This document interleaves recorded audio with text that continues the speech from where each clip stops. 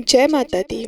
आप सभी को शारदीय नवरात्रि की ढेरों सारी शुभकामनाएं। माता की कृपा से हमारे जीवन में सुख समृद्धि और शांति का आगमन हो, हमारे घर में खुशियों का आगमन हो और हम सबके दिलों में प्रेम और करुणा का संचार हो। प्रिय भक्तजनों, आज आप सुनेंगे नवरात्रि के दिनों में सुनी जाने वाली माँ शैलपुत्री की कथा। आप सभी लोग इस कथा को सच्चे मन से पूर्ण श्रद्धा और भक्ति भाव के साथ पूरा सुनने के बाद कमेंट बॉक्स में जय माता दी जरूर लिखिए। आइए अब कथा का रसपान करते हैं। नवरात्रि व्रत कथा के अनुसार एक समय भगवान बृहस्पति जी ब्रह्मा जी के समक्ष चैत्र माह के शुक्ल पक्ष में पड़ने वाली नवरात्रि का महत्व जानने की इच्छा जताई। उन्होंने कहा, इस व्रत का क्या फल है, इसे किस प्रकार किया जाता है, सबसे पहले इस व्रत को किसने किया था, यह सब विस्तार से कहिए। बृहस्पति जी के प्रश्नों का जवाब देते हुए ब्रह्मा जी ने कहा कि हे बृहस्पति, प्राणियों के हित की इच्छा से तुमने बहुत ही अच्छा प्रश्न किया है। जो मनुष्यों के मनोरथ पूर्ण करने वाली माँ दुर्गा, महादेव सूर्य और नारायण का ध्यान करता है वो धन्य है। यह नवरात्रि व्रत संपूर्ण मनोकामनाओं को पूर्ण करने वाला है।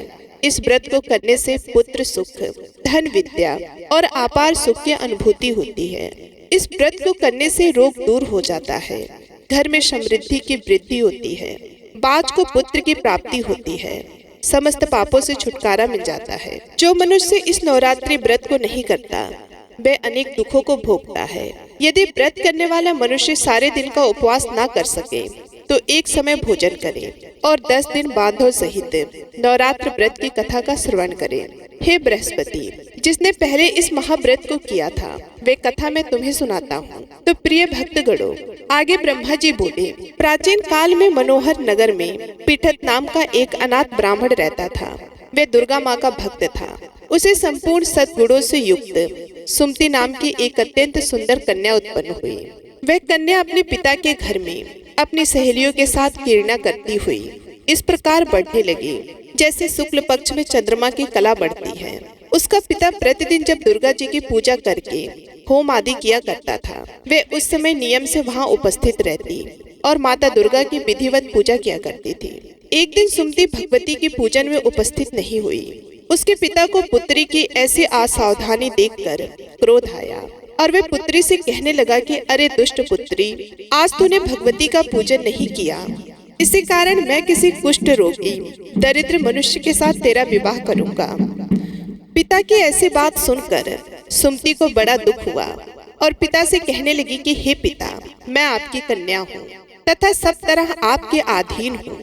जैसी आपकी इच्छा हो वैसा करो, चाहे राजा से करो, कुश्ती से चाहे कुश्ती से करो, दरिद्र के साथ चाहो तो उसके साथ करो, जिसके साथ चाहो, जिसके साथ आपका मन करे मेरा विवाह करने का आप कर दो, पर होगा वही जो मेरे भाग्य में लिखा है, क्योंकि कर्म करना मनुष्य के हाथ में है पर फल देना ईश्वर के अधीन है।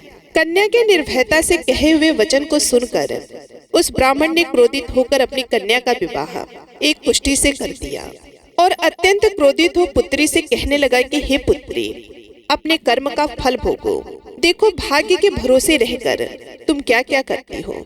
पिता के ऐसे कटुन वचनों को सुनकर सुमति मन में विचार करने लगी, ओहो मेरा बड़ा दुर्भाग्य है जिससे मुझे ऐसा पति मिला।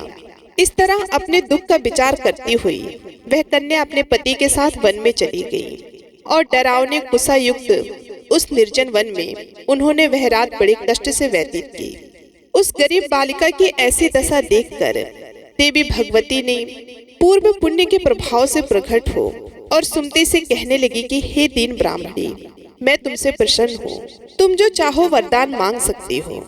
भगवती दुर्गा का यह वचन सुनकर ब्राह्मणी ने कहा कि आप कौन हैं, सारी बातें मुझसे कहिए।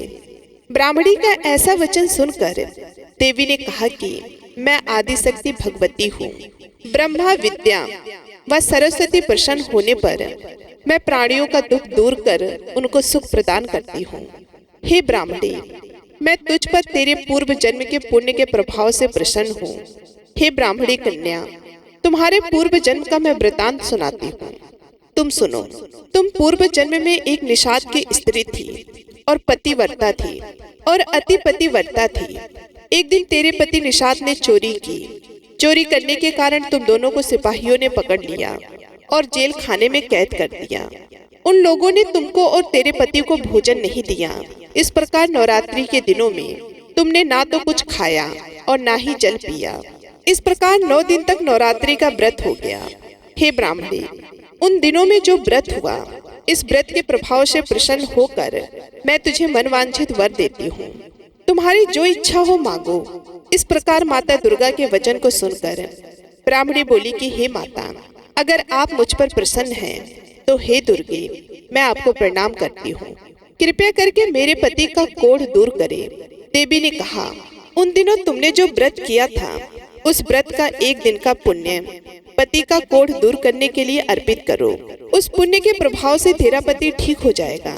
इस प्रकार देवी के वचन सुनकर ब्राह्मणी प्रसन्न हुई और पति को निरोगी करने की इच्छा से जब उसने तथास्तु, ठीक है, ऐसा वचन कहा, तब उसके पति का शरीर भगवती दुर्गा की कृपा से कुष्ठ रोग से रहित हो गया। वे ब्राह्मणी पति को देख देवी की स्तुति करने लगी और कहने लगी कि हे दुर्गे, आप दुर्गति को दूर करने वाली, तीनों लोगों का संताप हरने वाली, समस्त दुखों को दूर करने वाली, रोगी मनुष्यों को निरोग करने वाली, प्रसन्न हो मनवांछित फल देने वाली, दुष्टों का नाश करने वाली, जगत की माता हो। हे अम्बे, मुझे निप अपराध अबला को मेरे पति ने कुष्ठी इंसान से मेरा विवाह करके घर से निकाल दिया था। पिता से तिरस्कृत निर्जन वन में विचरण कर रही हूँ। आपने मेरा इस विपदा से उद्धार किया है। हे देवी, मैं आपको प्रणाम करती हूँ। मेरी कोई भी गलती हो उसके लिए क्षमा करो। उस ब्राह्मणी की ऐसी स्तुति सुनकर माँ भगवती देवी बहुत ही प्रसन्न हुई और ब्राह्मणी से कहा कि हे ब्राह्मणी, तेरे उदायल नामक अति बुद्धिमान, धनवान, कीर्तिमान पुत्र शीघ्र उत्पन्न होगा। ऐसा वर देकर देवी ने ब्राह्मणी से फिर कहा कि और जो कुछ तेरी इच्छा है वह मांग ले। सुमति ने कहा कि हे भगवती दुर्गे, अगर आप मुझ पर प्रसन्न हैं तो कृपया करें नवरात्र व्रत की विधि का विस्तार से वर्णन करें। ब्राह्मणी के वचन सुनकर माँ दुर्गा ने कहा कि हे ब्राह्मणी, मैं तुम्हें संपूर्ण पापों से दूर करने वाली नवरात्रि व्रत की विधि बतलाती हूँ। चैत्र माह के शुक्ल पक्ष की प्रतिपदा तिथि से लेकर 9वीं तक चैत्र नवरात्र का त्योहार मनाया जाता है। चैत्र माह के शुक्ल पक्ष की प्रतिपदा से लेकर 9 दिन तक व्रत करें। यदि दिन भर का व्रत ना कर सके तो एक समय भोजन करें। शुभ मुहूर्त में घट स्थापना करें और वाटिका बनाकर उसको प्रतिदिन जल से सींचें। महाकाली, महालक्ष्मी और महासरस्वती की मूर्तियां स्थापित करें। उनकी विधि सहित पूजा करें। बिजौरा के फल से अर्घ देने से रूप की प्राप्ति होती है। जयफल से अर्घ देने पर कीर्ति दाग से कार्य की सिद्धि होती है। आंवले से सुख की प्राप्ति और केले से अर्घ देने से आभूषणों की प्राप्ति होती है। इस प्रकार पुष्पों व फूलों से अर्घ देकर व्रत समाप्त होने पर 9वें दिन विधि विधान से हवन करें। घी, गेहूं, शहद, जौ, तिल, बेलपत्र, नारियल, दाख और कदम जैसे विभिन्न सामग्रियों से हवन करें। आंवले से कीर्ति की और केले से पुत्र की, कमल से राज सम्मान की और दाखों से संपदा की प्राप्ति होती है। खाट, नारियल, शहद, घी, जौ और तिल तथा फलों से होम करने से मनवांछित वस्तु की प्राप्ति होती है। व्रत करने वाला मनुष्य इस विधि विधान से होम कर आचार्य को अनंत नम्रता के साथ प्रणाम करे और यज्ञ की सिद्धि के लिए उन्हें दक्षिणा दे। इस प्रकार बताई गई विधि के अनुसार जो मनुष्य व्रत करता है उसके सभी मनोरथ सिद्ध होते हैं। इसमें तनिक भी संदेह नहीं है। इस 9 दिन में जो कुछ दान दिया जाता है उसका करोड़ों गुना फल मिलता है। इस नवरात्र व्रत को करने से अश्वमेध यज्ञ का फल मिलता है। इस प्रकार बताई गई विधि के अनुसार जो मनुष्य व्रत करता है उसके सभी मनोरथ सिद्ध होते हैं। इसमें तनिक भी संदेह नहीं है। इस 9 दिन में जो कुछ दान दिया जाता है उसका करोड़ों गुना फल मिलता है। इस नवरात्र व्रत को करने से अश्वमेध यज्ञ का फल मिलता है। हे ब्राह्मणी, इस संपूर्ण मनोकामनाओं को पूर्ण करने वाली उत्तम व्रत को तीर्थ, मंदिर अथवा घर में विधि के अनुसार करें। प्रिय भक्तगणों, ब्रह्मा जी बृहस्पति जी से बोले। इस प्रकार ब्राह्मणी को नवरात्रि व्रत विधि बतलाकर देवी अंतर ध्यान हो गई। अतः जो मनुष्य स्त्री इस व्रत को भक्ति पूर्वक करता है वह इस लोक में सुख प्राप्त कर अंत में मोक्ष की प्राप्ति करता है। ब्रह्मा जी बृहस्पति से कहते हैं कि ये इस दुर्लभ व्रत का महालय जो मैंने आपको बताया है, यह अनंत गुना फल देने वाला है। ऐसे सुनकर बृहस्पति जी आनंद से प्रफुल्लित हो गए और कहने लगे कि हे ब्रह्मा जी, आपने मुझ पर अति कृपा की जो मुझे इस व्रत का महत्व सुनाया। ब्रह्मा जी बोले कि हे बृहस्पति, यह देवी भगवती संपूर्ण लोकों का पालन करने वाली है। इस महादेवी के प्रभाव को कौन जान सकता है? प्रेम से बोलो, देवी भगवती की जय। ओम नमः शिवाय। जय माता दी। प्रिय भक्तगणों, आज नवरात्रि का प्रथम दिन है, तो आज हम श्रवण करेंगे माता दुर्गा के प्रथम रूप माँ शैलपुत्री की कथा। माँ दुर्गा अपने पहले स्वरूप में शैलपुत्री के नाम से पूजी जाती है। पर्वतराज हिमालय की पुत्री होने के कारण इनका नाम शैलपुत्री पड़ा। अपने पूर्व जन्म में ये प्रजापति दक्ष की कन्या के रूप में उत्पन्न हुई थी, तब इनका नाम सती था। इनका विवाह भगवान शंकर जी से हुआ था। एक बार प्रजापति दक्ष ने बहुत बड़ा यज्ञ किया, जिसमें उन्होंने समस्त देवताओं को अपना यज्ञ भाग प्राप्त करने के लिए निमंत्रण दिया, किंतु शिव जी को उन्होंने इस यज्ञ में आमंत्रित नहीं किया। देवी सती ने जब सुना कि हमारे पिता एक अत्यंत विशाल यज्ञ का अनुष्ठान कर रहे हैं, तब वहां जाने के लिए उनका मन विकल हो उठा। अपनी यह इच्छा उन्होंने भगवान शिव को बताई। भगवान शिव ने कहा कि हे प्रिय, हे पार्वती, प्रजापति दक्ष किसी कारणवश हमसे रुष्ट है। अपने यज्ञ में उन्होंने समस्त देवताओं को निमंत्रण दिया है, किंतु हमें जानबूझकर नहीं बुलाया है। ऐसी स्थिति में तुम्हारा वहां पर जाना किसी प्रकार भी श्रेयकर नहीं होगा। भोलेनाथ के इस उपदेश से देवी सती का मन शांत नहीं हुआ। पिता का यज्ञ देखने और वहां जाकर माता बहनों से मिलने की उनकी व्याग्रता किसी प्रकार भी कम ना हो सकी। माता सती के हट को देखकर शिव जी कुछ न कर सके और माता सती पिता के घर पहुंच गई। पिता के घर पहुंचकर देखा कि कोई भी उनसे आदर और प्रेम से बातचीत नहीं कर रहा है। केवल उनकी माता ने ही उन्हें स्नेह से गले लगाया। परिजनों के इस व्यवहार से देवी सती को बहुत दुख हुआ। उन्होंने यह देखा कि वहां भगवान शिव के प्रति तिरस्कार का भाव भरा हुआ है। दक्ष ने उनके प्रति कुछ अपमानजनक शब्द भी कहे। यह सब देखकर माता सती का हृदय ग्लानि और क्रोध से संतप्त हो उठा। उन्होंने सोचा कि परमेश्वर भोलेनाथ जी की बात ना मानकर यहाँ पर आकर मैंने बहुत बड़ी गलती की है। वह अपने पति भगवान शिव के इस अपमान को ना सह सकी। उन्होंने अपने इस रूप को तत्काल वहीं पर योगा अग्नि द्वारा जलाकर भस्म कर दिया। ब्रजपात के समान इस दारुण दुखद घटना को सुनकर शिव जी को क्रोध आ गया। अपने गढ़ों को भेजकर दक्ष के उस यज्ञ का पूर्णतः विध्वंस कर दिया। सती ने योगा अग्नि द्वारा अपने शरीर को भस्म कर अगले जन्म में शैलराज हिम मानव के रूप में जन्म लिया। वह शैलपुत्री के नाम से विख्यात हुई। पार्वती हेमवती उन्हीं के नाम है। प्रिय भक्तगणों, इस जन्म में भी शैलपुत्री देवी का विवाह भगवान शिव जी के साथ ही हुआ। कहा जाता है कि नवरात्र के प्रथम दिन यानी प्रतिपदा को जो भी भक्त माँ शैलपुत्री के दर्शन करता है, उनकी कथा को सुनता है, तो उनके सारे वैवाहिक जीवन के कष्ट दूर हो जाते हैं। क्योंकि माँ शैलपुत्री का वाहन वृषभ है, इसलिए उन्हें वृषारूढ़ा भी कहा जाता है। उनके बाएं हाथ में कमल और दाएं हाथ में त्रिशूल रहता है। तो प्रिय भक्तगणों, प्रेम से बोलिए माता शैलपुत्री की जय। जय जय माँ भवानी। ओम नमः शिवाय। प्रिय भक्तगणों, अब आइए सुनते हैं माता वैष्णो देवी की कथा। हसाली नामक गांव में माँ वैष्णो देवी के परम भक्त श्रीधर रहा करते थे। वे निसंतान होने से दुखी थे। एक दिन उन्होंने नवरात्रि पूजन के लिए कुमारी कन्याओं को बुलाया। माँ वैष्णो देवी कन्या के भेष में उन्हीं के बीच आ बैठी। पूजन के बाद सभी कन्याएं तो चली गईं, पर माँ वैष्णो देवी वहीं रही और श्रीधर से बोली, सबको अपने घर भंडारे का निमंत्रण दे आओ। श्रीधर ने उस दिव्य कन्या की बात मान ली और आसपास के गांव में भंडारे का संदेश पहुंचा दिया। वहां से लौटकर आते समय गुरु गोरखनाथ व उसके शिष्य बाबा भैरवनाथ जी के साथ उसके दूसरे शिष्यों को भी भोजन का निमंत्रण दिया। भोजन का निमंत्रण पाकर सभी गांववासी अचंभित थे कि वे कौन सी कन्या है जो इतने सारे लोगों को भोजन करवाना चाहती है। इसके बाद श्रीधर के घर में अनेक गांववासी आकर भोजन के लिए एकत्रित हुए।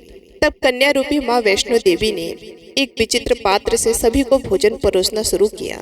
भोजन परोसते हुए जब कन्या भैरवनाथ के पास गई तब उन्होंने कहा कि मैं तो खीर पूड़ी की जगह मांस भक्षण और मदिरा पान करूंगा। तब कन्या रूपी माँ ने उसे समझाया कि यह ब्राह्मण के यहाँ का भोजन है, इसमें मांसाहार नहीं किया जाता। किंतु भैरवनाथ ने जानबूझकर अपनी बात पर अड़ा रहा। अब भैरवनाथ ने उस कन्या को पकड़ना चाहा, तब माँ ने उसके कपट को जान लिया। माँ ने वायु रूप में बदलकर त्रिकूट पर्वत की ओर उड़ चली। भैरवनाथ जी उनके पीछे गए। माना जाता है कि माँ की रक्षा के लिए पवन पुत्र हनुमान भी थे। मान्यता के अनुसार उस वक्त श्री हनुमान जी माता की रक्षा के लिए उनके साथ ही थे। हनुमान जी को प्यास लगने पर माता जी ने उनके अनुग्रह पर धनुष से पहाड़ पर बाण चलाकर एक जलधारा निकाला और माता ने उस जल में अपने केस धोए। आज वही पवित्र जलधारा बाण गंगा के नाम से जानी जाती है, जिसके पवित्र जल का पान करके या उसमें स्नान करने से श्रद्धालुओं की सारी थकावट और तकलीफें दूर हो जाती हैं। इस दौरान माता ने एक गुफा में प्रवेश कर 9 माह तक तपस्या की। भैरवनाथ जी उनके पीछे वहां तक आ गए। तब एक साधु ने भैरवनाथ जी से कहा कि तू जिसे एक कन्या समझ रहा है वह आदि शक्ति जगदम्बा है, इसलिए उस महाशक्ति का पीछा छोड़ दे। भैरवनाथ ने साधु की बात नहीं मानी। तब माता गुफा की दूसरी ओर से मार्ग बनाकर निकल गई। ये गुफा आज भी अर्धकुमारी या आदि कुमारी या गर्भ भोजन के नाम से प्रसिद्ध है। अर्धकुमारी के पहले माता की चरण पादुका भी है। यह वह स्थान है जहाँ माता ने भागते भागते मुड़कर भैरवनाथ को देखा था। गुफा से बाहर निकलकर कन्या ने देवी का रूप धारण किया। माता ने भैरवनाथ को चिताया और वापस जाने को कहा, फिर भी वह नहीं माना। और क्या था, माता गुफा के भीतर चली गई। तब माता की रक्षा के लिए हनुमान जी गुफा के बाहर भैरवनाथ से युद्ध किए। भैरवनाथ ने भी हार नहीं मानी। जब वीर हनुमान निढाल होने लगे तब माता वैष्णो ने काली का रूप लेकर भैरवनाथ का संहार किया। भैरवनाथ का सिर कटकर भवन के 8 मील दूर त्रिकूट पर्वत की भैरवी घाटी में गिरा। उस स्थान को भैरवनाथ के मंदिर के नाम से जाना जाता है। जिस स्थान पर माँ वैष्णो देवी ने हठी भैरवनाथ का वध किया वह स्थान पवित्र गुफा अथवा भवन के नाम से प्रसिद्ध है। इसी स्थान पर माँ काली दाएं, माँ सरस्वती मध्य और माँ लक्ष्मी बाएं पिंडी के रूप में गुफा में विराजमान है। इन दोनों के सम्मिलित रूप को ही माँ वैष्णो देवी का रूप कहा जाता है। कहा जाता है कि अपने वध के बाद भैरवनाथ को अपनी भूल का पश्चाताप हुआ और उसने माँ से क्षमा दान की भीख मांगी। माता वैष्णो देवी जानती थी कि उस पर हमला करने के पीछे भैरवनाथ जी का प्रमुख मनसा मोक्ष प्राप्त करने की थी। उन्होंने न केवल भैरवनाथ जी को पूर्व जन्म के चक्र से मुक्ति दिलाई, बल्कि उसे वरदान देते हुए कहा कि मेरे दर्शन तब तक पूरे नहीं माने जाएंगे जब तक कोई भक्त मेरे बाद तुम्हारे दर्शन नहीं करेगा। उसी मान्यता के अनुसार आज भी भक्त माता वैष्णो देवी के दर्शन करने के बाद 8 किलोमीटर की खड़ी चढ़ाई करके बाबा भैरवनाथ जी के दर्शन को जाते हैं। इसी बीच वैष्णो देवी ने 3 पिंडी सिर सहित एक चट्टान का आकार ग्रहण किया और सदा के लिए अंतर्मग्न हो गई। इस बीच माता वैष्णो देवी ने पंडित श्रीधर को स्वप्न में सब कुछ बताया।